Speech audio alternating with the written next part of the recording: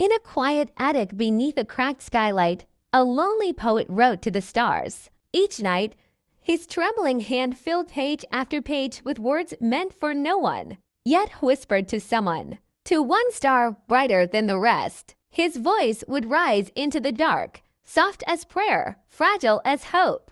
If the stars could hear, he said, perhaps one would remember my name. Far above the sleeping world, one star did listen. Her name was Lyra. Among her sisters, she shone faint and forgotten until his words reached her. Every poem, every sigh, every lonely verse made her light tremble.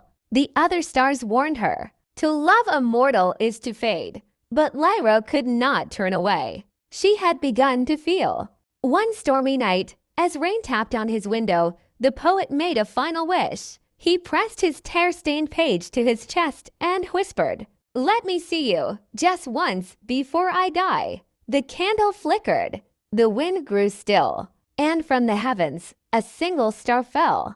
Elias followed the light into the meadow. There, standing among the flowers, was Lyra. Her skin shimmered like glass beneath moonlight. Her eyes held galaxies. She spoke with a voice that was both song and silence. "You gave me a name when I had none," she said. And the poet, breathless, fell to his knees. For beauty like this was not meant to be seen.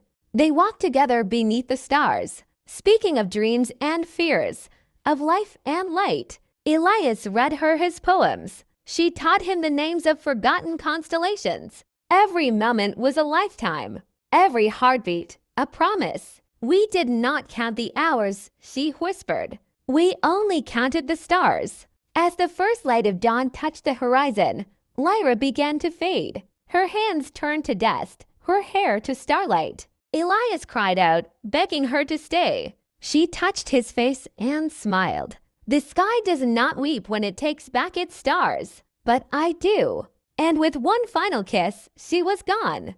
Lyra ascended, her light faint but pure. Among the constellations, a new star began to glow, carrying a poem written in a mortal hand, etched forever in her light. "Even a star can remember a human," she whispered, "if love burns bright enough to reach the dark."